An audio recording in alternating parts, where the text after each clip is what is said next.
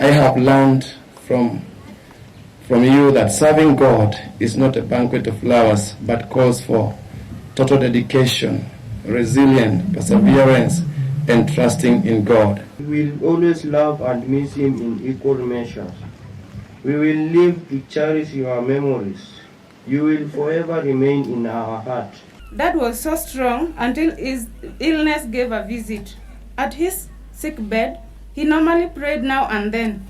He could encourage us and bless us for the petty things we did to him at the moment. Mimi yangu tu ni kumuomba Mwenyezi Mungu akaweze kusaidia uongozi wa kanisa hili wakati huu ambao ni mgumu kumpoteza kiongozi.